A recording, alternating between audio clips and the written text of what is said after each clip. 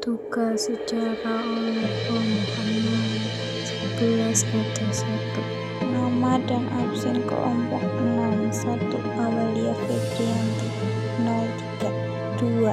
Dea Lutfia 07. 3. Nia Juliana Fitri 24. 4. Vita Amelia 34.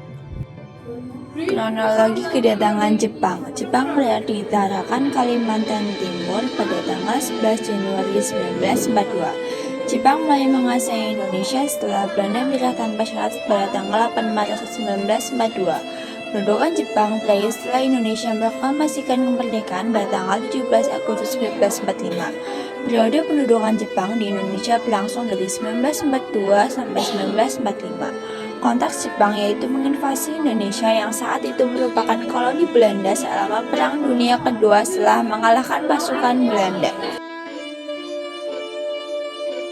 Tujuan pendudukan Jepang menduduki Indonesia sebagai bagian dari strategi menghadapi sekutu dalam Perang Pasifik.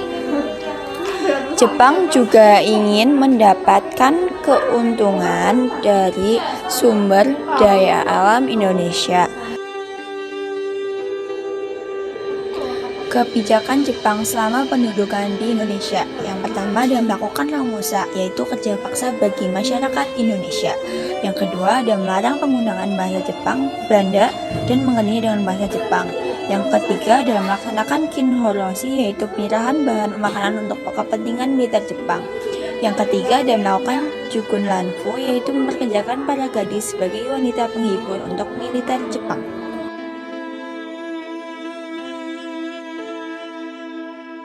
Dampak penduduk Jepang dalam bidang politik. 1. Rekonstruksi pemerintahan. Ketika Jepang menguasai tanah air, dilakukan rekonstruksi pemerintahan dalam membaginya menjadi dua, yaitu menjadi rekonstruksi atau angkatan darat yang mengaungi wilayah Sumatera dan Malaya. Kemudian ada Kaigun atau angkatan laut yang mengaungi wilayah Jawa, Madura, Kalimantan, Sulawesi, Nusa Tenggara, hingga Papua. 2. Reorientasi administrasi. Percayalah kamu jika rukun tetangga RT dan rukun warga RW adalah dampak politik dari Jepang dalam materi pendudukan Jepang di Indonesia. Daerah kepresidenan diganti menjadi shu, kabupaten diganti menjadi ken, kota Paja diganti menjadi shui, Koordinat menjadi gun, kecamatan menjadi so, desa menjadi ku, RT dan RW menjadi tonarigumi. 3. Propaganda tokoh penguasa. Pertama, menganggap dirinya sebagai saudara tua dan membentuk gerakan 3A untuk mengambil simpati masyarakat. Tujuannya supaya bisa menarik lebih banyak pengikut yang akhirnya harus mendukung Jepang. Contohnya saja adalah Pusat Tenaga Rakyat. Pria yang memimpinnya adalah Bung Karno dan Bung Hatta. Lalu ada Badan Pemerintahan Pusat Chuang In-in yang memimpinnya adalah Bung Karno. Dampak penduduk Jepang di bidang ekonomi. Penduduk Jepang di Indonesia yang menyebutnya kalau tujuannya mereka adalah untuk mengambil sumber daya alam minyak bumi, sudah pasti kedatangan mereka juga berdampak kepada bidang ekonomi. Selain itu, ada banyak kebijakan di bidang ekonomi lainnya yang dilakukan oleh Jepang. Sebagai besar justru menyengsarakan masyarakat.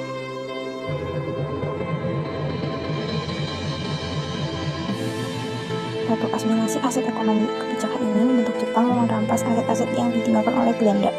Ada aset perkebunan, perbankan, pabrik sampai pertanian.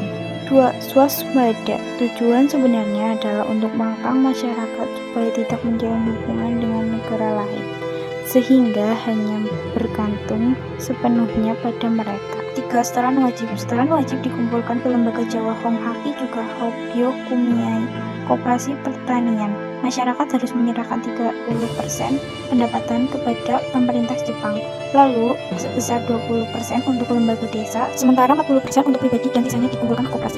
Dampak dalam bidang sosial. 1. Larangan terkait kebudayaan Barat. Jepang menetapkan kebijakan untuk melarang seluruh kebudayaan Barat masuk ke Indonesia. Misalnya saja melarang kependudukan bahasa Belanda, akan tetapi bukan berarti mereka hanya memberikan larangan. Jepang juga berusaha menarik simpati masyarakat dengan mengizinkan bahasa Indonesia menjadi bahasa resmi dalam mengatur pendidikan. Kemudian, sistem pendidikan dari Belanda juga diganti dengan sistem pendidikan Jepang. 2. Eksploitasi masyarakat. Kebijakan Romasaha membuat para laki-laki harus bekerja keras tanpa upah. Misalnya untuk membangun jalan. Jadi Jepang bukan sekedar mengeksplorasi sumber daya alam, namun juga mengeksplorasi sumber daya manusia. Kalau kebijakan Chun Yan-fu dibebankan kepada para perempuan, perempuan harus bekerja keras sebagai penghibur dan memuaskan nafsu pihak tentara Jepang.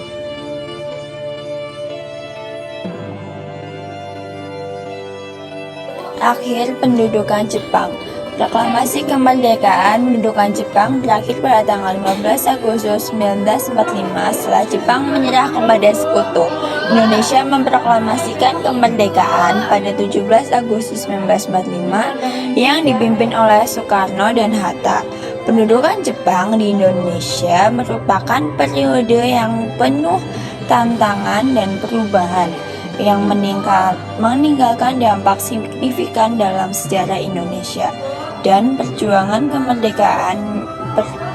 kemerdekaannya. Sekian presentasi dari kelompok kami. Terima kasih. Kalau ada yang mau ditanyain, komen aja ya di bawah. Jangan lupa juga subscribe dan like dan komen dan share ya kawan-kawan. Makasih. Dadah.